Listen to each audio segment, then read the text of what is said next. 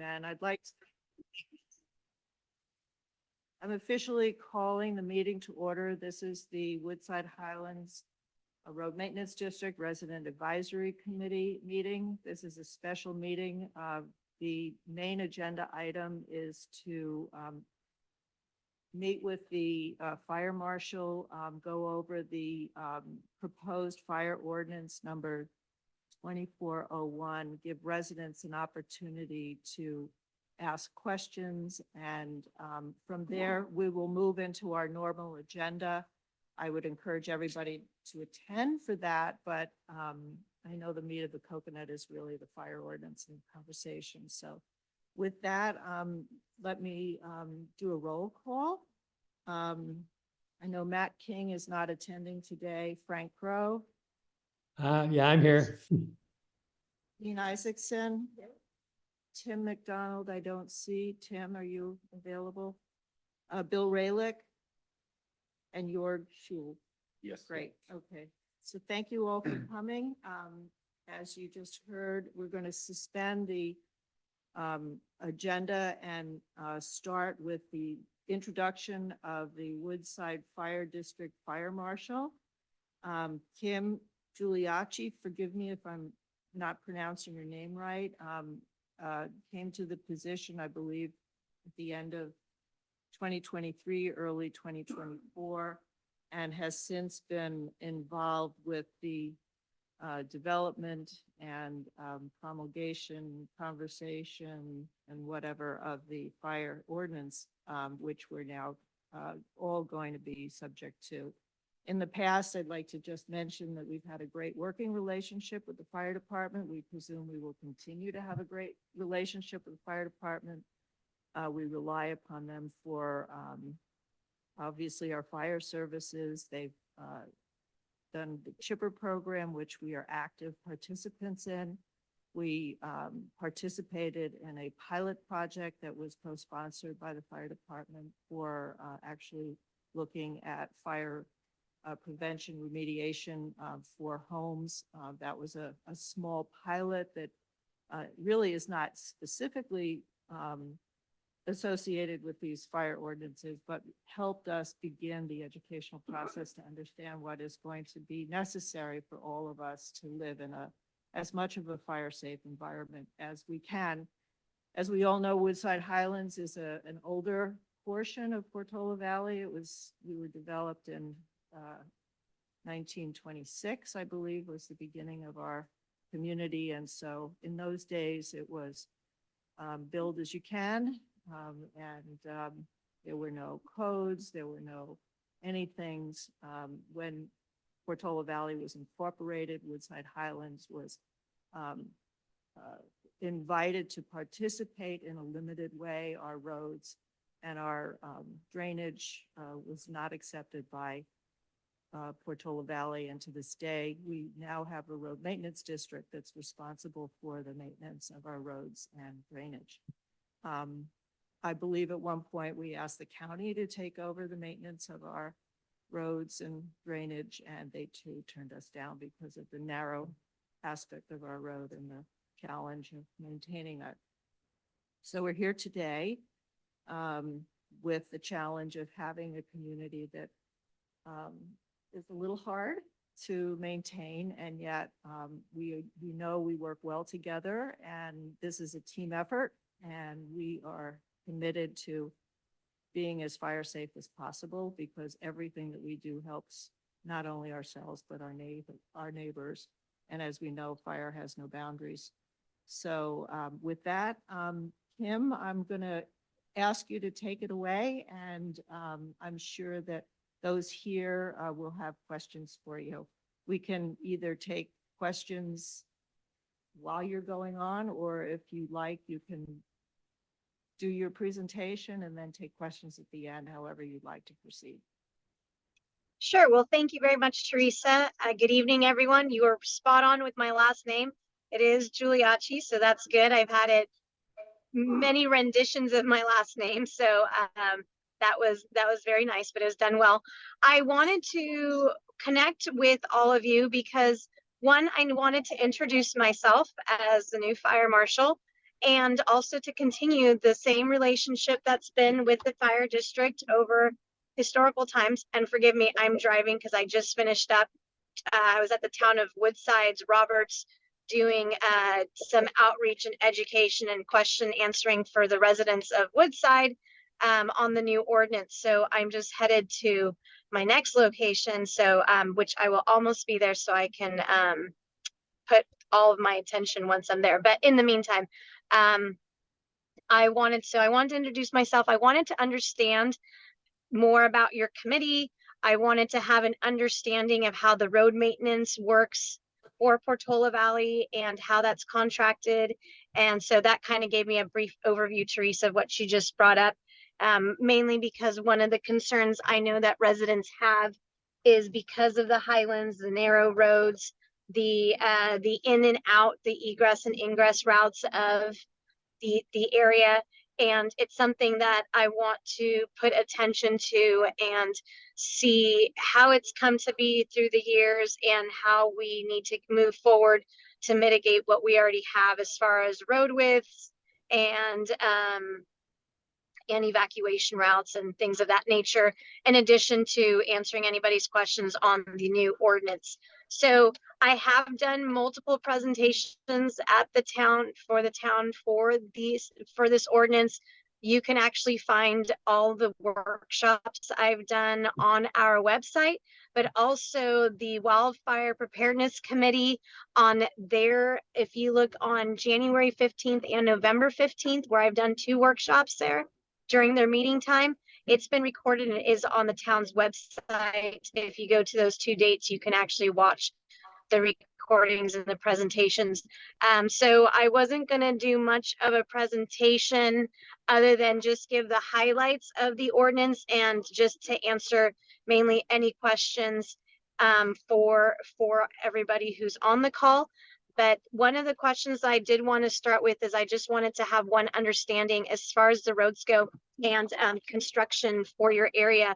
I wanted to understand when residents go through their permitting process for construction, particularly for fences, because this has been a concern and I wanted to be transparent to talking to the committee and understanding when the fences have been put in, and because it does not come to the fire department for review, fences aren't something that we've ever had authority to look at. So it doesn't, when people apply for permits to put them in, the fire department doesn't look at that. And unfortunately, it looks, as I've had conversations, it's something that the town wasn't really looking at the road access into the Highlands and keeping the streets spaced out at what they should be for access roads. So given where we are now, I'm just trying to have a grasp on historical perspective of how that's been handled and how we need to continue to move forward as we move forward with this. So it's been something that we've been working with the town of Portola Valley on, just kind of looking at how we're going to move forward with handling that. But I just wanted to understand the roads maintenance. From what you're saying, it was just for the drainage and for the maintenance of the actual road. The concern became is how narrow a lot of the areas are. But I'm also here to answer questions on the ordinance. So with that, I can start with the highlights of the ordinance. This coming month, we will be doing the adoption of 2401. It will be on April 30th during the board meeting. We will be doing the second reading and then the board will do their vote to adopt. As we move forward, I've finished a draft that's currently in review for the standards and guidelines for defensible space and home hardening that will be published on our website and available for homeowners. And basically it's an interpretation to the ordinance. So it's kind of a guide to help people as they understand the ordinance, all the different requirements with the zones. There's pictures, there's diagrams, there's resources and information that'll be available there for homeowners to help them as we get through the ordinance. It's for them to understand. So one of the biggest changes, so 100 defensible space has been around for a very long time, 100 feet. It was much more concentrated law requirement wise in the very high fire severity zones, because that's what law allowed us to go and do as far as where people had to do it. But now with this ordinance, this would apply to the entire district, regardless of, as you mentioned, Teresa, correct, fire knows no boundaries. So regardless of what zone you're in for a severity zone, it doesn't matter. The defensible space requirements for the 100 feet will apply to everyone, and the ordinance breaks down what would be required in each zone. The new zone that's been introduced from fires of the last 5 years specifically, there's been a lot of money and in research that's been done, and the reports have come back where one of the most crucial areas is that 0 zone, which is the 0 to 5 feet. That's the most concerning for homeowners to pay particular attention to because of embers. So flying embers that are casted from wildfires, that's where we're looking at structure ignition. And because that is what's burning down homes in wildfires, it's not necessarily the fire front itself, but it's the embers that all collect at the base of a structure. So that is the zone 0 is really the main part that we are really wanting to hit with defensible space, aside from all the other normal limbing up your trees, pruning your trees, removing anything dead or dying. The ordinance does not require any removal of healthy living trees. So that's been a common misconception of this ordinance, but that does not exist in the ordinance. That's not required at all.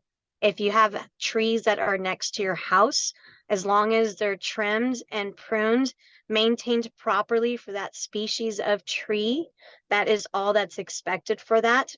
Quite honestly, we see lots of wildfires, trees live and stand. It's the ignition of your home that becomes a concern. And that's what we're trying to protect, those vulnerabilities of your house and keeping your house from igniting. So that's the biggest thing. Another issue that came up that was removed, there was concern on the adjacent parcels requirement, which required neighbors who, let's say I'm a person who puts an ADU up on my property and it's right next to the property line, because with the housing element, these ADUs have a 4-foot setback. So the concern became, so if I put an ADU, the other neighbor, they're still responsible for those 100 feet from that structure, and they would be responsible to clear the 100 feet. That section completely was removed from the ordinance, so that no longer is there. So that was one of the biggest things, and that's no longer there. The other thing that was added into, or that's been in the ordinance that was of concern, was for real estate, for the resale of your home or transfer of property. It is required, whether it's once the buyer and seller go into contract for the resale of the home, either one, they decide on during their selling of the property that the requirements of the ordinance shall comply within a year of close of escrow. So that's something that's new, and that's also in the ordinance. In state law, which is AB 38, an assembly bill, it only applied to the very high fire severity zone, but now we're applying it to the entire district, and that's part of what's in the ordinance as well. So those are the two really major things in the ordinance that might be different. I mean, there's things like, not having piles of firewood in zone 0, or if they're in zone 1, they have to be in covered with non-combustible material to protect the stacks of firewood from flying embers landing in them and all burning up. So moving them to zone 2 of defensible space. There's little things like that, but the majority is the same defensible space requirements that have always been around. Any questions so far? Yes, this is Steve Allen. I'd like to ask a question. I mean, you've talked about the basics, but there's a lot more detail in the ordinance, which is very difficult to enforce. You put in writing, everything is legally enforceable and within our legal authority per PRC 4117. Okay. I live on a property which has woodland abutting 2 roads, both Trinity Lane and Wayside Road. It's very steep, 45 degrees plus slope. In the ordinance, it says very clearly We need It to says, maintain, Mhm. it says It's we need, recommendation. no, it says 10 feet either side of the road must be kept clear of hazardous material. Oh, yes, And you're talking about hazardous the roads, yes. Yes, and my property abuts two roads, and the hazardous material includes accumulation of leaves. That's the wording. What are we supposed to do? Sweep the forest? Seriously, No, 10 because feet either side? that's actually an exaggeration. But the reason for that is It's because not an these are exaggeration. It's the no, no, wording in no. the What ordinance. It's a wording I'm in the talking about ordinance. you're not sweeping the forest, is what I'm saying. Well, Quite simply, these are evacuation routes. So for your area similar like to Ladera, other neighborhoods where the houses are very close to the roads, you would not be, again, this is why we this is have a not houses close to the road. This is forestry adjacent to my road, which you claim in the ordinance. It states very clearly. And if, according to your own words, which I have in writing, everything is legally enforceable, how am I supposed to enforce what, or how are you going to help me to enforce clearing the land 10 feet either side of the road? but That, clearing doesn't mean removal of everything. no, The it word, says accumulation of leaves. That I live in a yes. forest. We live in a forest. So how are you going to deal with clearing a forest? Because that's What what's in the legal ordinance. It's a legally enforceable document which you said you're going to enforce. So now you're telling me you're going to interpret that? Really? How? Let's be very clear about this. It's not. If you're going to put something into law, and you're stating it's going to be enforced, then take into consideration all of the considerations that we have in our neighborhood. We have houses with trees growing up through the middle of the house. How is that in compliance with the ordinance? With your simple 5 feet, 30 feet, 100 feet clearance? It's not. I mean, I have an acre and a half of land. I spend $2,500 a year on tree maintenance. If I interpret your ordinance as it is written, there's not a chance I could possibly comply. What are you going to do? Come along and stop me from A, selling my house, or B, being able to afford to do the work? Then you state, oh, even if it takes up to 3 years, we expect to see substantial progress. It's not possible when you live in a forest. There's one house on Woodside Road, just up from the church. It's just a half a mile from the village hall, which is very clearly buried in the forest, totally non-compliant. I just don't see that this is practical. And I don't get responses to those basic questions about how are you going to interpret this, because you've told us very clearly, I have it in writing, everything is legally enforceable and within our legal authority per PRC 4117. It also states that there are modifications that are made depending on where you live. It also says we have authority to make those modifications given different types of circumstances for all the properties in the district. There are people who live at the top of very steep slopes.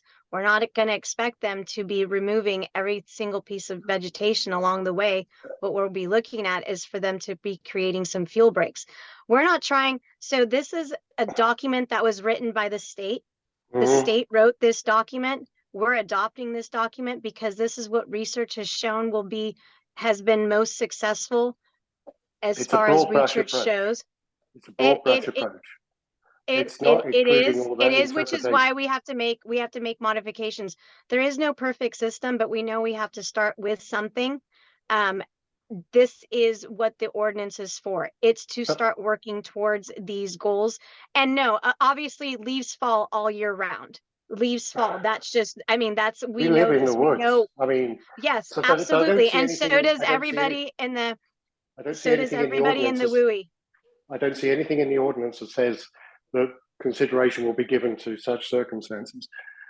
I'm It sorry, does. I've read it from cover to cover. I can give you those sections. I'd have to pull out the ordinance, but it says it in actually two different areas that gives that language. So Well, I can provide that to you. I can actually highlight it in our standards and guidelines. I can provide that language as well so that people can clearly see where that is. But I understand the concerns. I hear it's a big change for everybody. This is something that's coming to the state. I've had multiple people come in this week because their insurances are non-renewal and insurance is dropping them. And there is what we're putting through is the most minimum requirements out there as opposed to what insurances are wanting to see. So we're trying to support the homeowners to, one, be able to maintain their insurance, but two, to protect their structures from ignition. And these are the steps to get there. I mean, whether we like what's coming or not, this is part of what it's a ever evolving maintenance of your property, really is what Well, it comes down to. well, as Joni Mitchell said, paved paradise, put up a parking lot. It's just concrete over the whole damn lot, right? I mean, let's be clear here. The ordinance is written. If you follow to your letter of the word that you put in your email to me, I'm stuffed because I've read the ordinance through word by word. And if you stick to that, I'm stuffed. I have no way I can possibly afford to maintain the land around my property to make sure that it's in compliance with the ordinance. And there's nothing in the ordinance that basically gives leeway. And if you did decide to take, let's say, a judgment call on my property, that's unfair to other people. The better thing is to have an ordinance which is actually fair to everybody and is achievable. Well, Because I don't otherwise think it leads to interpretation and bias. And I don't like laws which come in, which basically makes it bias, where you can choose whether you do or you do not exercise some judgment here.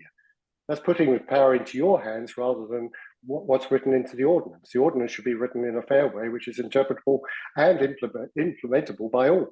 And that's not the case. and it is. That's why it's illegal. Yes, I understand. And it's a legal document. Right. It's been Right. written So by that's how I'm attorneys reading it. and by a state, but it And is so that. that's Yes, what I'm saying here. yeah. So it says here, So let me, yeah, let me jump in here, Steve. I'm sorry. We're gonna try to give other people a chance to Mhm. voice their issues with this fire ordinance. And then if we need to circle back, or if you need to set up a special time with fire marshal, I'm sure she'd be willing to either most meet certainly. or take this aside. So are there other issues that residents would like to bring up? Michelle, do you want to go to the either one, either on the table or on the podium? Thank you, Steve. You have to. Okay. Thank you so much. And really, this is more information gathering on my part. So probably the first thing I'll ask you, I have already scheduled a review for our property, although not until June. And so my question is, how much do you expect to be done before the inspection? Or how much is the inspection where we're supposed to get our guidelines for what we do? So first answer is there's nothing you need to do before we come to do the assessment. Great. The Okay. second thing is once we do the assessment, then you'll be provided with the information. So before we even adopt this ordinance, the guidelines will be on the website for you to be able to see and utilize as a tool, but it's for a tool for after the assessment is completed for you to understand if there's anything that was not interpreted correctly or something you don't have an understanding of. That's the standard and guideline is there as a tool and a guide for you. But during the time of the home assessment, as you walk with the inspector, they will work with you with explaining what they find, the positives of, because they also notate the positive resiliency discoveries that they make on your property, not just everything that needs to be fixed, but it's also notated all the things that they find that are resilient. But once they identify the discoveries of the requirements of this ordinance, they will work with you in discussing any questions, a plan to put in place, the things that would be the highest priorities that you'd want to take care of. And you do have a year to work through everything. If a year is not enough time or you find challenges, there is a phased compliance available that you just submit into the fire department requesting to be approved for the phased compliance. And you would just provide the reasons as to why you're asking for it, whether it's financial, whether it's because of challenges with with contractors or with doing the work or getting it all done, whatever the information is, and then you can be granted an additional 3 years to complete your to complete what needs to be done. So it is a constant working availability. Great. Okay, that's good to know about. I also wanted to ask you about Komodo. I mentioned this in an email to you. It's a liquid that is sprayed on vegetation and is supposed to make it much less flammable. And so I wanted to know what the fire department thinks of Komodo, whether that is an alternative for some things that would otherwise leave a house denuded, at least in that It's those a first good, 5 feet. I do remember that email. I have not had the opportunity to research the product and see if it's something that how it's even worked or been applied, but I I wouldn't say if it's something that works, that would be great. But I'm not familiar enough with the product yet, and I haven't done the research to see what if if it's something that, I mean, a homeowner can do whatever they want, but as far as industry is concerned, I don't know. I don't have that information yet, so I'll have to do that research and get back to you on that. Oh, great. Thank you. And then my final question just is that my husband and I walk around a lot in Portola Valley, and we keep running into areas where there is this huge, dense vegetation. And I'm thinking, gee, I have to take my junipers out. And meanwhile, on Wayside, as you were hearing, there are these huge forests and all kinds of undergrowth. And it almost feels futile for us to be taking out our old, beautiful juniper. And meanwhile, I don't know, 300 feet away, there is practically a huge dense forest right up against houses. And one other example, if you've ever walked the trail between Trail Road and Apache, there's this area of unbelievable tree and vegetation. I wrote the fire department about it 2 or 3 years ago. And again, you just could imagine something so easily happening there because there actually isn't anybody nearby. And it is a trail that a lot of people are on, but most of the houses are sort of dispersed there. So I just sort of wonder what the attitude is going to be toward all the parts of Portola Valley that are dense with vegetation, but don't have any homeowners that have to clean it up. So to answer that, hence a big reason for the ordinance. So that's one of the major reasons, because it's going to apply to everything. And what we're looking at is those 100. Now, there's a lot of forested areas, but this ordinance only applies to anything that's 100 feet from a structure, because we're looking to protect the structure. Vegetation, you'll find in a lot, which I'll have in my home hardening workshop that I do next month. There's been lots of wildfires where homes are completely burned to the ground. All the trees, you'll see a lot of vegetation. It's all green and undisturbed. And it's interesting to watch how different vegetation burns and what caused it, or if it's from the wildfire front or all the embers that just burn the structures and all the greenery is there. But hence, this is a big reason why for the ordinance is that this will apply to everybody. So all those places that you're walking through that you see, if there's a lot of this vegetation and it's within 100 feet of a structure, that's where we're going to be looking at thinning things out, removing anything dead or dying, pruning, limbing, removing ladder fuels. So it's going to encompass everything that's in this ordinance is going to apply to everything that's within 100 feet of a structure. Well, part of my point was that much of this isn't within 100 feet of a structure, but I thank you for your time, and I want to give other people a chance to ask questions. So thanks again. Thank you.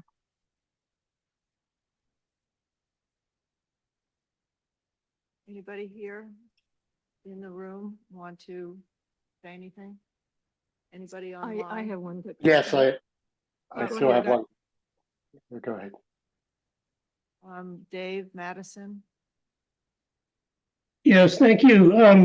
Kim, you and I have exchanged some emails, and in the last email, I had a question about the language about outbuildings, Oh, yes. because as written, every outbuilding appears to be included in the language that I believe your intent is only applies to propane gas structures. Because the definition of outbuildings clearly encompasses every garden shed, et cetera. And this section about the LPG buildings includes the word outbuildings. So I'm wondering if that language has been clarified or So amended. so the definition of the outbuilding is any uninhabitable building structure that is more than 120 square feet. So if we're looking at, let's say in particular sheds, Well, that's actually wrong because the language is less than 120 feet. I have it in front of me right here. for the outbuilding, Outbuildings, buildings or let me- structures that are less than 120 square feet in size. oh, I apologize. Yes. I'm thinking of the definition of the structure. So the structure is 120 square feet or more. So for all the sheds, the only thing we're looking for is that there be clearance around the sheds or any of those garden sheds that are less than that. We're just looking for you to maintain clearance on them so that those don't ignite, especially when they are this is only if it's within 100 feet of a structure, so of your main house. So if it's within those 100 feet, that's where we want to make sure that we're protecting that Well, structure to structure ignition. in Woodside Highlands, that would cover every shed on the hill. So back to my point, when you go to all zone requirements for a section 1, all outbuildings and non-portable permanently installed LPG storage tanks shall have the following minimum clearance. So outbuildings are clearly in this language being lumped in with the LPG building. That seems the opposite of what you believe it says. No, they actually do. They do fall in line. So outbuildings are one thing and the LPGs are another. You are correct. They are two separate things. So that would include your sheds, not just enclosures for the LPG. I got that clarified with the attorney to make sure that how that was written. So this is written, To encompass both. so every garden shed on the hill, 10 feet of clearance to bare mineral soil or other non-combustible items such as gravel, blah, blah, blah. No dead or dying vegetation, another 10 feet. That's a stricter requirement than around a house with zone 0. And that's being applied to all the sheds in Portola Valley. Anything that's small. Well, yeah, and in Woodside and unincorporated, yes. It makes no sense. I mean, why would the requirements around a garden shed be stricter than around a house? It's a good question. I'll have to talk to the leaders who wrote this for CAL FIRE. That's actually a very interesting point. Yeah, I'm gonna notate that one down. I need to understand that as well. That's a good point. I understand your original interpretation that you thought it only applied to LPG buildings. And that's what my assumption was Yeah. too. And I cleared that with the attorney and they said it encompasses both. But I'm gonna revisit that. Let me talk to the writers of the document and let me see what their intention was with that section. Yeah, it's really worth thinking about because to enforce that, that's a huge, I mean, how many outbuildings are there next to fences? They're next to trees. They have Oh, a yeah. 10-foot bare area around every shed. Yeah. Yep. I'm noting that. I'll ask the authors of the document. I'll go back to the state and find out what their intent was with that. Maybe you should go back to them and make a recommendation about what you think is practical in our district. Well, it's not just the district, because there's a lot of districts like this all over the state. Yeah, So but this was, this is an ordinance for our district. yeah, so we So need it to look needs at to that. reflect our district. Yep, If they want to absolutely. if they want to have a different ordinance somewhere else, that's their issue. But we're looking for an ordinance that fits with our living situation. Well, yes and no, because we do want it to fit, but we can't make it 100% to looking at, otherwise we won't get anywhere with making the changes that we're looking to make as a whole district, with making those require, because everything that's written in the ordinance, a lot of it is to fit our ordinance or our district, but there are some things that have come out just given from studies and research on fires and what they have found. NIST just came out with a new report on out, actually, interesting enough, with sheds, and discussing that there should be 15-foot separation from all structures.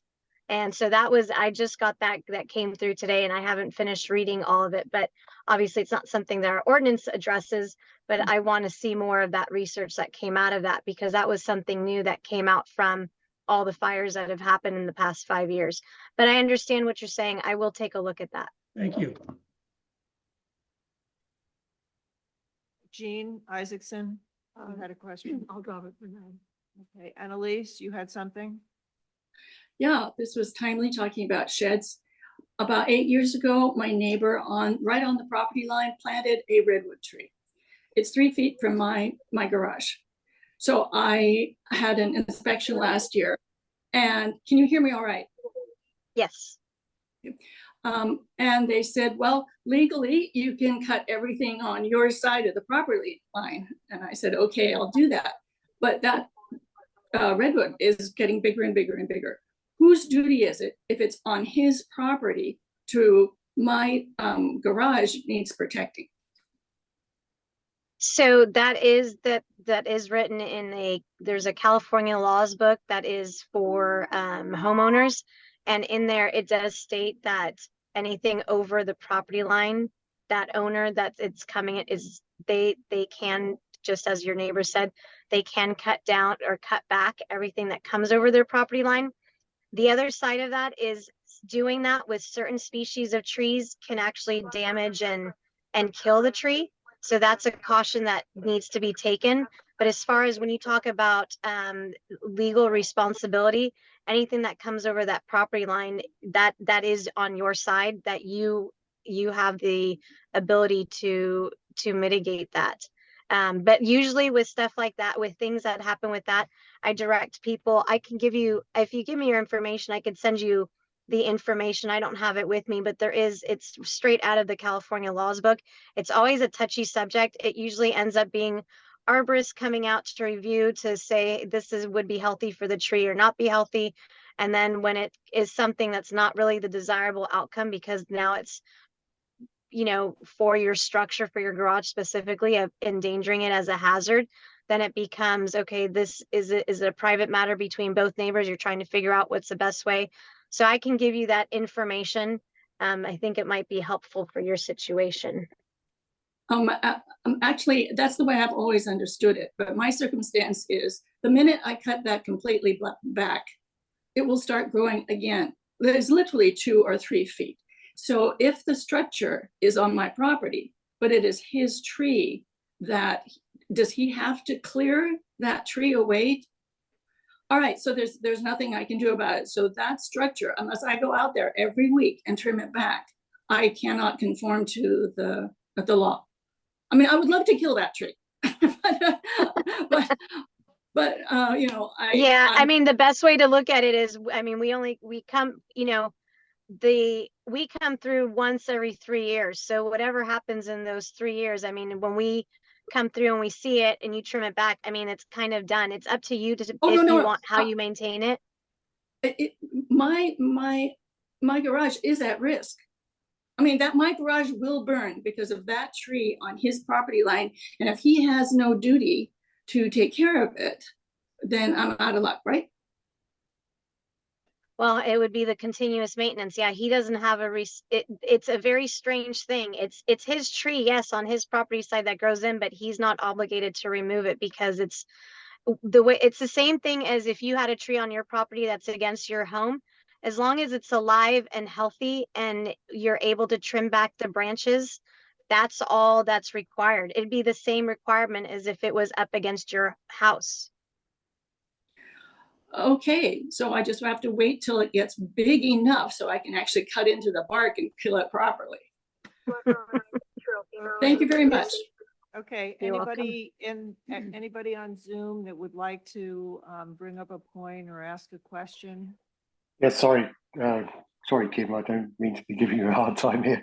I understand, Stephen. It's one- okay. One clarification. You just said earlier to another question that this ordinance is all about 100 feet from the structures. That's not true, because it's also with regards to access driveways and roadways adjacent to people's property is also covered, and that can be far more than 100 feet away from a property. Just want to clarify, I want you to clarify that point, because that's critical in this whole ordinance, is that people can be responsible for substantial amounts of land way beyond where their property is. I'm for sure out there to protect my property. But to the lady's point earlier with regards to forestry all around our neighborhood, the roads that abut those pieces of forestry are owned by numerous households, and it's pretty much impractical, or in some cases even impossible because of the terrain, to maintain that land and actually meet the ordinance. The ordinance is not about just 100 foot from the property. It says very clearly driveways and the roadways abutting property. That is correct. Okay, So when I thank you. said that is that those are the major highlights, not that Well, that was the yeah, whole, but but you're correct. It's an And I important do point. want to say, Stephen, with that, it is very important. If it is an evacuation route that is a right of way in Portola Valley, our fuel mitigation division, they're the ones who come through and do the clearing on all those roads. They come through and they're constantly working on all those. Now, if it's the private roadways that go up, like let's say the driveways or a shared driveway, the reason for that is for two. One, for the egress for all the occupants that are there, because it's to protect that road. Vegetation the main thing is to keep the vegetation right away from the road so that it's safe for people to evacuate, but also for the firefighters' access coming in to the area. That's the whole point of that portion of the ordinance that's in there. I got it, but the fire department's going to come up into Woodside Highlands and help us clear the land. I don't think so. It's a private road. No, I meant for the public right away here's areas. our dilemma. Yeah. This is our dilemma. We Yeah, live for your private roads. We live in an unincorporated area, which, as Teresa mentioned at the very beginning of this, It is a private area, Steve. It's not unincorporated. all right, okay, it's a private area, but the city, Portola Valley will not adopt the roads. And so as a consequence. And that was actually, I was curious. So with the road maintenance, is that not something part of road maintenance as well? I'm just curious. Not according to this latest ordinance. We're not going to, we clear the drains and stop flooding on people's property and so on, and make sure all the water comes down off the hills and so on. We do that twice a year, but we're not out clearing 10 feet either side of the road. That's impressive. No, I'm not saying you. I'm saying as part of the road maintenance, because I know the money that gets put into a budget that is held for that. I didn't know if that was part of road maintenance, because road maintenance is kind of a broad term. So I didn't have that understanding. But now that I do, that helps me clarify that information. Teresa, you could perhaps clarify that. So this is not part of the responsibility of the road maintenance district. I'll be happy to send you the articles of incorporation for the road maintenance district, but that's not part of it. Right. Thank you, Teresa. Yeah, that's good to know. That was one of the things I wanted to understand. Okay. Jean, did you have anything you wanted to bring up? No, I was just going to bring up, excuse me, that same point. There's a whole paragraph describing drains and culverts and sewer line, not meaning sewage sewers, but sewers and so forth that much written and there's nothing in there about vegetation being maintained. I'd like to bring up a question. As we know, many fires are started by falling limbs on overhead wires. And this is a very big issue for areas such as ours that have overhead wires. And I'm wondering why there's no mention of any type of cooperative effort that should be underway between the utility department and the fire department to begin an undergrounding process or some additional fire remediation processes so that the overhead wires are not jeopardizing our homes. So I would love for that. That would be amazing. PG&E, when the new CEO took over of PG&E, said that that was going to be part of a forecast of that they're going to start working through the state to start doing that. From the last update I heard, that came to a stop and they're only doing so many miles, it looks like, that they're covering in the state. And I haven't heard anything more on what the future is going to be with completing that project, because I think I want to say it was going to be like a 20-year thing because it would take a while to get through the whole state.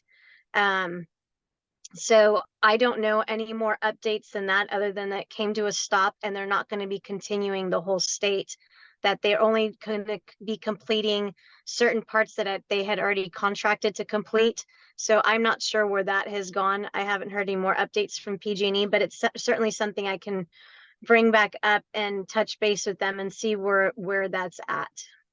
I would love to see the fire district take a very aggressive and clear stand on working with the Public Utilities Commission and the PG&E folks to begin an undergrounding project in Portola Valley, and particularly in Woodside Highlands, which is the one area that has been designated as the most high fire risk area in our community. I'd like to put that out there as something that I'd love to see. Any type of partnership, if we need to get on board with working with the 3 organizations or whomever we need to do, I think that's our biggest bang for our buck. And we need to move that forward. Anybody else have anything else they'd like to bring up? Annalise? Regarding undergrounding, Portola Valley itself has a requirement that if you buy a house, you have to underground the power poles, and people have routinely been getting exemptions to that. So one way over time to get this fixed is to make sure that we work with the town and say we need to enforce those rules, which will ultimately bring the price down for the whole project. But right now, people are being given a buy. They sell their house, they walk away, and we're left with the overhead poles. Thank you. Interesting. Could I say something about that? My understanding about the undergrounding is that if a person goes in to increase the voltage of the electrical. So a lot of these older places have, 100 something or others. And if you put in an air conditioning system or certain other things, you need more power to your house. If you upgrade, that's the point when they say you need to underground. That's just a way of gradually getting it done, but it has nothing to do with selling a house or buying a house. There's nothing required just by doing that thing. It's to do with having, if you choose to upgrade to a higher amps or whatever they are. I'm sorry. You're upgrading. Upgrade your service. That's what supposedly triggers it. In the past, I've seen cases where exceptions were made where, let's say, somebody's putting in, this is a case I know of years ago. Somebody's putting in not a big old air conditioning system, but a portable thing up in their living room, up in the wall, nice looking unit, not a window unit. And the cost of this thing was going to be about $2,000. The cost of undergrounding was more like $50,000. So the town agreed, well, that's kind of silly. If someone's just spending $2,000 for something, And of course, for each property, it would be grossly different. There was a case on Little Leroy Lane where somebody was going to move the power drop to a better, smarter place on the roof and upgrade while they were at it. And they were going to have to underground all the way up to Russell Avenue to a pole, dig up the hole. And they just said, well, we can't do it. Not going to do it. So that's the trigger that I know of. Thank you. Is there anybody else that has anything for the fire marshal? Wynn? I just Just a- wanted to make a comment, sorry, going back to Stephen, because I was just looking. Stephen, in that area for roadside vegetation, it doesn't talk anything about leaves. It just talks about the removal of hazardous vegetation, which we know leaves are constantly falling, but it would be like if you're getting large growths of like weed accumulation or dry or dead brush, I mean, that would be more the understanding of what hazardous vegetation is. There's the definition of hazardous material in the definition. Yeah, And it yes, says and I very understand clearly the 4 inches of definition. grass, and it says accumulation of leaves. It very clearly Yeah. defines what it is. I do understand that. Right, So right, that's right. where So that's I'm a legal looking. document, right? So it defines the definitions, clearly defines what hazardous, and I'm reading that agreement as it is. There's no interpretation here. It says very clearly that accumulation of leaves is hazardous material. There is no interpretation. It's written into the document. This is my whole bugbear with this agreement. It's written by a bunch of lawyers and Yeah. academics without any real consideration to the practicalities. And I urge Portola Valley to think seriously about that, because if you read it, and if you read it like a lawyer, we're screwed. We will have a tough time to implement this in our neighborhood. Sorry, you Does just, say- yeah, Yeah. I'm reading the Right. I'm reading the definition. So it Right. does give you the limit of the 4 inches. So No, if that's you for have, grass. That's for grass. yeah, Not but for that's leaves. It also, says we also accumulation of have, leaves. yeah, but there's another section in the ordinance. And Stephen, we can have a different conversation offline so you Okay. give other people opportunity. But we Sure, do sure. have areas that talks about that. So let's explore this more. I don't mind discussing more offline with you. Okay, okay. I do have one little request, which is kind of sidebar, but if I drive up into Santa Cruz Mountains during fire risk season, I see signs up that says, "Hey, it's high fire risk season." Big signs, so when you're driving through Santa Cruz Mountains, pay attention. We don't have anything like that in our neighborhood. I see people driving along the roads down on the main road down the bottom of our street, throwing cigarettes out, lighted cigarettes in the summer at night, totally irregardless of any safety for our neighborhood. It's people coming into our neighborhood and through our neighborhood that can present a fire risk. Can Woodside Fire Department please think about putting some signage up that makes it clear to everybody that comes in and out of our neighborhood, so this is a high fire risk area? Because I don't see anything like that. And I think that's a very simple thing to put in place that can have a positive impact to prevent fires rather than us chopping down trees. Okay, thank you. I wrote that down. Thank you for your consideration here. Sure. Thank you, Stephen. So anybody else have any comments for fire marshal? Yes, Wynn. I think you should step to a mic.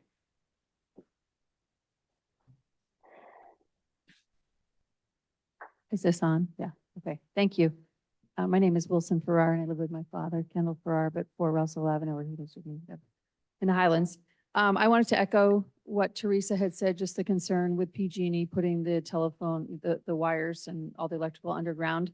Because if you look at it, I appreciate what you're saying about not removing trees that are well maintained. We go to a great length to maintain our trees.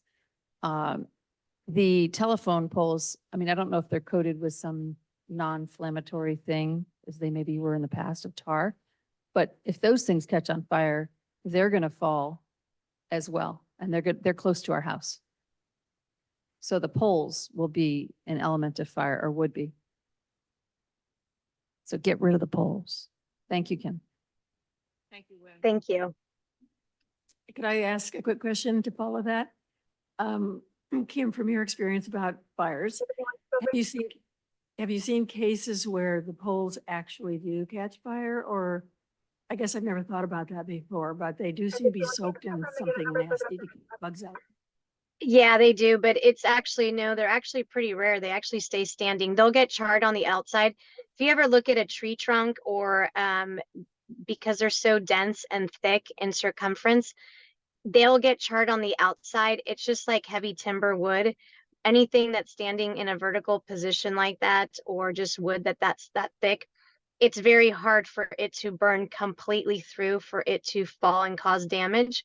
But I mean, it is possible. I have not seen it in the wildfires that I have gone to and have seen. The telephone pole lines are still standing. Some of them are still or maybe leaning, but they're still standing. I haven't seen them actually break in half, unless it was like lightning or something that hit them, that causes them to crack and be able. But in the years I've seen, not so far have I seen telephone poles actually burn through where they crumble or fall. Thank you. Thank you. Anybody else? I just had one point of clarification, and I can't remember where it was in the fire ordinance, but it looks like Wayside Road is incorporated in the conversation as part of Woodside Highlands. It is not. It's a separate road maintenance district, and in fact, they have two separate road maintenance districts. So if you could just be sure that when you're defining communities, Woodside Highlands is separate from Wayside. Oh. Thank you. Bill, did you have an issue you want to bring up? I just wanted to make a point that as you've seen the discussions this evening, upon reading this issue, I'm sure you're gung ho to get this thing passed because you have to have a starting point. I understand that. However, some of these things appear a little draconian and also hard to enforce. And I'm wondering is there any language that can be added for arbitration to a problem? I mean, who's going to make these decisions that, okay, we're going to work with you, but ultimately you've got a law, you're the deciding body. We're just the homeowner. So what is there a process in place that's going to take care of some of these issues? So let's just say hypothetical. We go in, we do an inspection. It's maybe something that's outrageous to what a homeowner feels like they're not in agreement with something.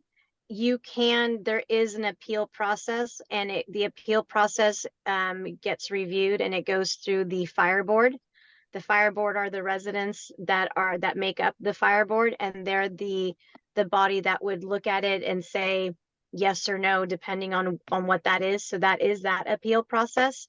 Now, in the 12 years that I've been doing inspections, because this is not a new type of inspection for us as inspectors. We do commercial buildings, we do residential construction, we do all sorts of code requirements. And we have never gone, I've only had a few cases in my 12 years where we didn't work with people.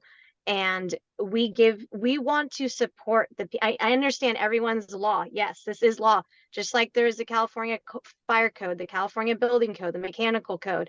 There's tons of laws and codes, but it doesn't mean that us as an authority having jurisdiction, our goal is to get everybody to be safe.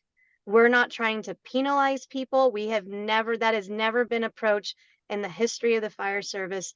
Everyone tries to work with the people to get them to where they comply. And unless someone blatantly is completely saying, I'm not doing anything, I'm ignoring it, I'm just not going to do anything, that's a whole different matter. But most people, I've never had that experience with anyone, that everyone wants to do the right thing, and we're just trying to help you get there. So I understand everyone's mentality with this, but this isn't the first law that we've had to enforce with anything. And we've never been one to do that, because our agenda is just to make everybody safe and to increase the survivability of the community as a whole, and to protect our firefighters who are going to be coming in to protect these homes and streets. That's the whole goal here, is to provide the protection for both sides. But a big focus that I'm hoping at some point homeowners will see is that truly and honestly, if a community is burning, the amount of resources that it takes to even put out one building, let alone two, resources, fire department resources may not get to your part of your community. So what what we're trying to accomplish is how do we protect the survivability of your home if we can't get there? Can your house stand on its own? Will it survive? And that's the goal. Defensible space is one tiny bit of it. The home hardening, that's where you're going to really look at what those vulnerabilities are of your structure and what we need to do to help protect the structure. Because though, especially for where you guys are, you're so dense in there. I mean, obviously the first priority is going to be let's evacuate the people. But the whole thing about this is for you to have something to go back to. And that's what we're trying to help you build, is something to go back to and having that home still standing there. And it's not, vegetation is a small thing. I've looked at a lot of vegetation burn. I've seen wildfires burn. The trees are standing there, the vegetation is there, but the structures are gone. So as punitive as people may think or draconian that you may see this ordinance to be, the goal is not to punish or to make things a burden on people. The goal is to start moving in a direction to increase the survivability of your house. And that's what we're trying to do. And that's why I know that this is a written law. We have written laws all over the place, but we have the ability as a fire jurisdiction to help people, to support you as you go through this journey of getting through this. Okay. I believe you. I'm just, we have a boilerplate law I know. that's trying to apply to a private road, to a public road, privately maintained. So the issues you're going to face here are different than you're going to face other places. That's all I'm trying to get at. I appreciate that. Thank you. Thank you. Thank you, Bill.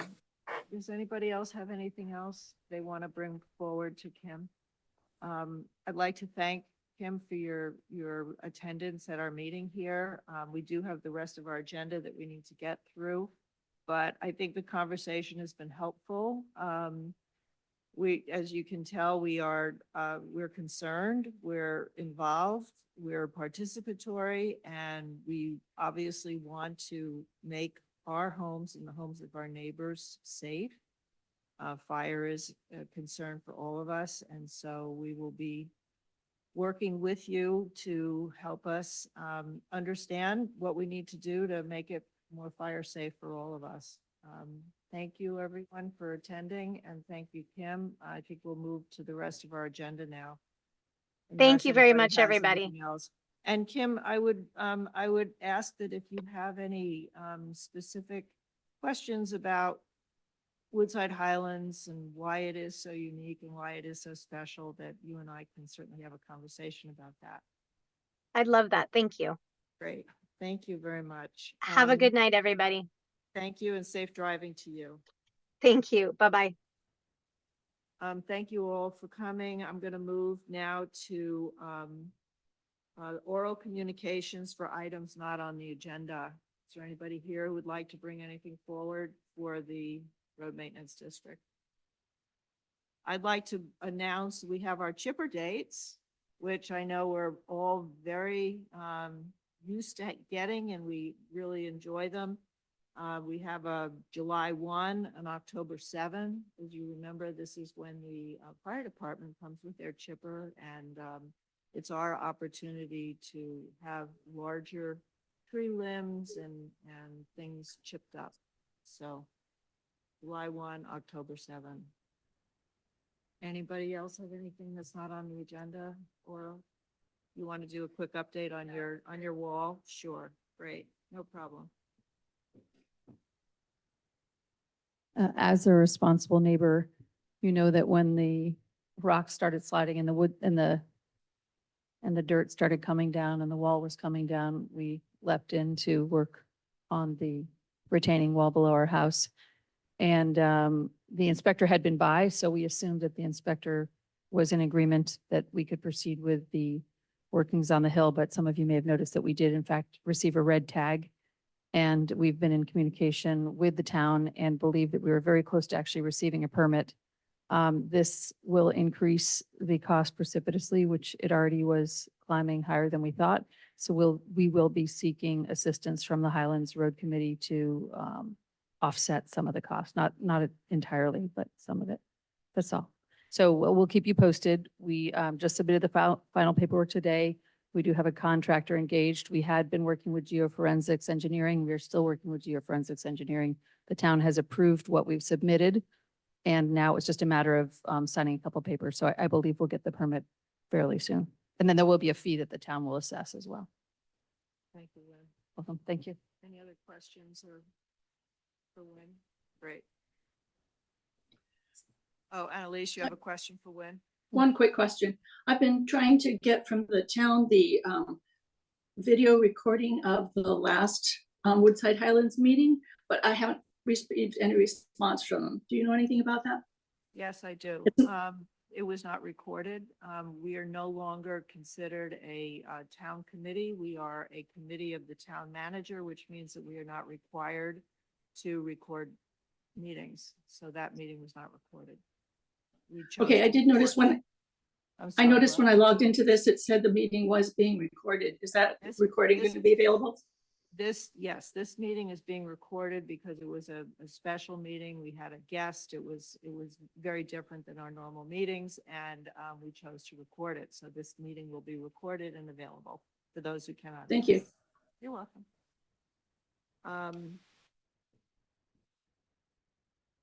Okay, anything else that's not on the agenda? All right, we have minutes of our last meeting. It was February 29th, 2024.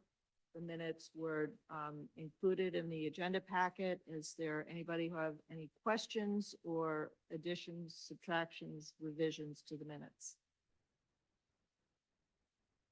Do I have a motion to accept the minutes as submitted? I make the motion to accept the minutes as written. I second. Okay, all those in favor? Aye. Opposed? Thank you very much. Finances, Matt Ping has given me his report. He's unable to attend. I think it's important to know that the town, as you may have been reading, has not had an audited financial statement for quite a while, and their financial processes are currently under review. So we haven't really had an official statement of our revenue coming in from the town in several months. So our budget is really based on past revenue that's come in. So we're assuming that these numbers are within a ballpark, but they're not official. So I just want you to put that in the side, knowing that we're doing our best to maintain our financial situation without official information from the town. So we believe that our beginning balance is about $339,000. We've spent very little of that thus far this year. We do have some projected expenses and some paving that we're planning on taking on later this summer. And we believe at the end of this year, our ending balance for our money will be about $254,000 if we proceed with the spending plan that we have. This is all obviously based on what we expect to do. We haven't had those conversations yet, and they will be forthcoming in the next months, looking at paving options for the summer months. Are there any questions about the finances? Okay, great. Paving, we have recommendations from our subcommittee. Jorg, I believe you're on for that. Yeah, so we actually opened up the bidding process. We reached out to 4 different, got 1 bid we have at hand right now. We work with the second person who wanted to have us specifically marking up the areas we wanted to consider, which is something we have to do once it dries up. And then we have a second bid. So at the moment, I expect actually 2 bids to get it. And the others, I reached out multiple times and didn't get any feedback. So So we have 2 active 2 active. Yeah, contractors yeah. that are willing to work with us. correct. Yeah. Great, it's better than 1. Correct. Yeah. And that's what I wanted to. So I don't want to state the one until we have the second one at hand. And then we as a committee come back to the committee. We can look through the details of both bids Okay, and can make a decision. great. So it's still. May I make an input here? This is Steve. Whoever did the road surfacing on the last big exercise made it very slippery on some of the lower sections of the Santa Maria in the wet and in the winter. It's very different to the road surface that you see on Wayside, where they ask the contractor to put in a kind of rough finish that gives a better grip. Is that being taken into consideration with the contractor? No, we haven't considered it. It's the first time I hear it that anybody complained about the roads being too slippery. So Yeah. let me ask you that question. So you said the last one was actually last year, which was the work we did in cooperation with Cal Water? Or are you talking about the one before that, which The one is- before that, the big sections Okay. which are taken out towards the bottom of Santa Maria.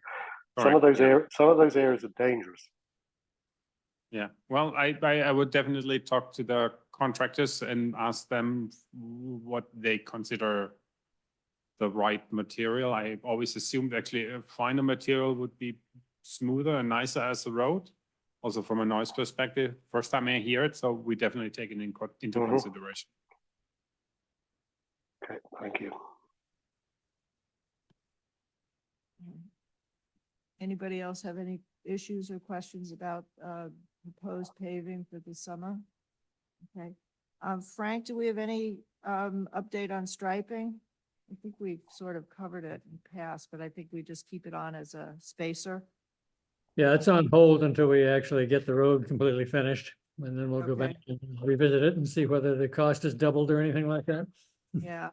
Have you given any thought to just upping the stripe a little bit in some of the areas that's looking very light? Yes, Tim has volunteered to help me do that. Okay. We haven't scheduled anything, but one of these Sundays, you'll find us out there. Okay, great. Thank you.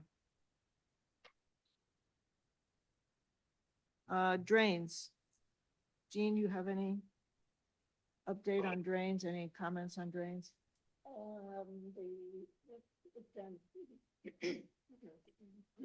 The work that was done a little while ago down at the very, very, very almost bottom, the first curve, as we call it.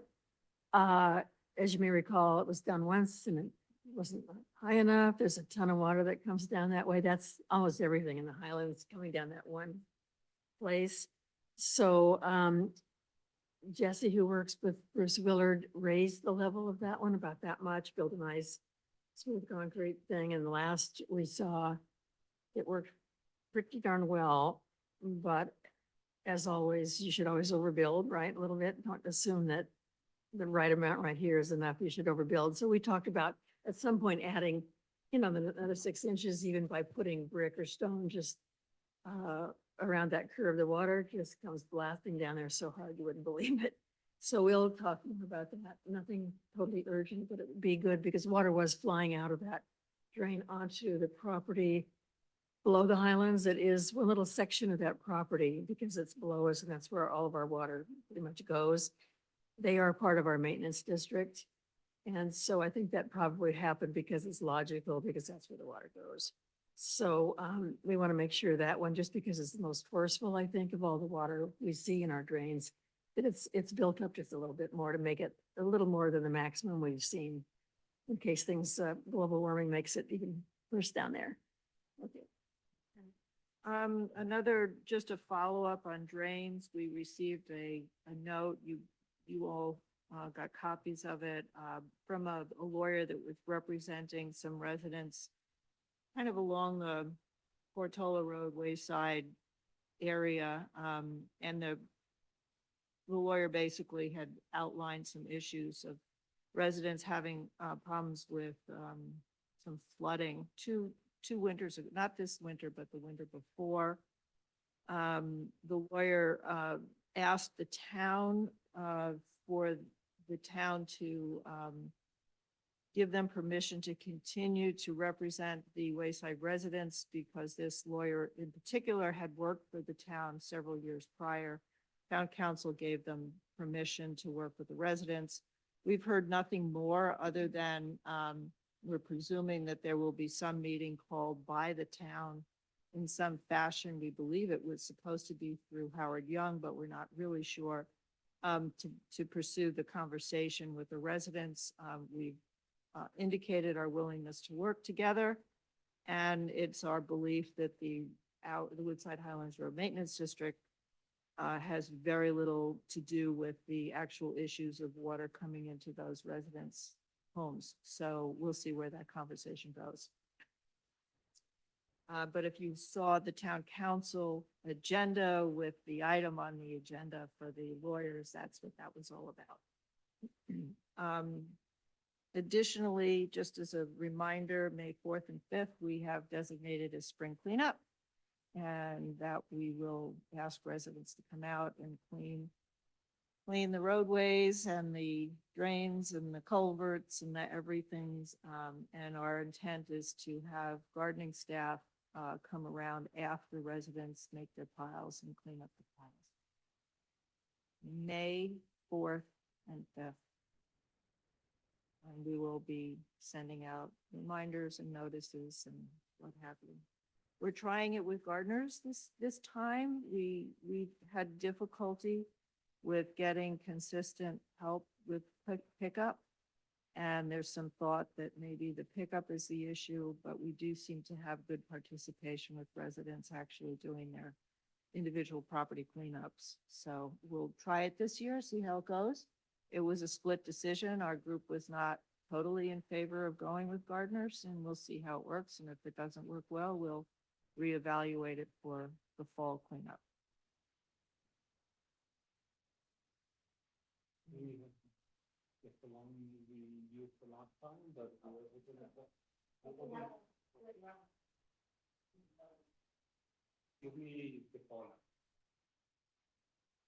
Thank you. The next item is Firewise activities. As you might remember, group of us have been working together to see if we can put together a Firewise community for Woodside Highlands, Wayside, some portions of down Portola Road and up to Skyline, with the goal of disseminating fire safe practices for our communities. And this, what this entails is putting together some fire goals for the community and providing educational opportunities and things of that nature. And if we get this designation, we believe that it will be helpful to us in just promoting good fire practices, as well as demonstrating to our insurance carriers that we care and we're doing as much as we can. So those activities are ongoing. As you might imagine, it's a volunteer process, and it has its starts and stops. And at one point it didn't stop because the fire department needed to participate in some aspect and we were having trouble getting their attention, but we're now back on track. I believe there should be a meeting forthcoming in the next couple of weeks or so. Jean and I are representatives with Bill and Bill Raylick and Jane McConnell as our backup. And with that, that concludes our agenda. Is there anything else off agenda that we'd like to bring up? Klaus?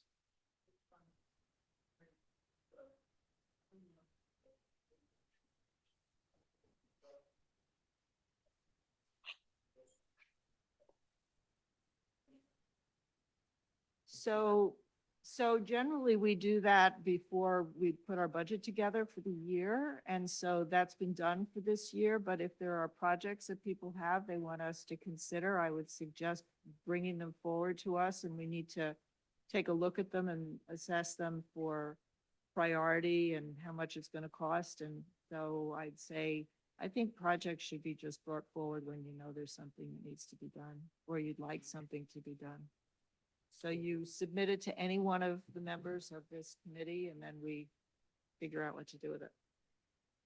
One quick thing, so sometimes you might have a big project covering certain lengths of streets and so forth, but let's say it turns out there's some gigantic pothole or something, or even a chunk of pavement that keeps peeling off and getting bigger and bigger. That's the kind of thing too that we can look at. And some people seem to have a lot of fun going out there and patching, right, Björk? You get a little asphalt and you smash it down there and looks good. So don't hesitate to bring Yeah, those so things up. little projects we take on as they come forward, but you know, something that would require a little bit more. It might take us a while to price out and get into the game plan. If you have to work with the other staff to come to it, already come with the budget. Like, we do the legwork on, like, who might work on it, getting an idea, so that would be, it helps us, and we're all volunteers. Also, if you come in with a budget, like, this is what we want to do, this might be the budget, that is ready to do it. That's, I think, the most efficient thing to move things quickly forward, because then you can have a position as a leader, and then Right. there's no, it's all these things that Right. need to go through a review and make out with the budget. And that does not apply to emergencies. Emergencies happen and we deal with them when they happen. Okay. Thank you very much, everybody, for coming. We really appreciate it. Meeting is adjourned at 7:55. Thank you.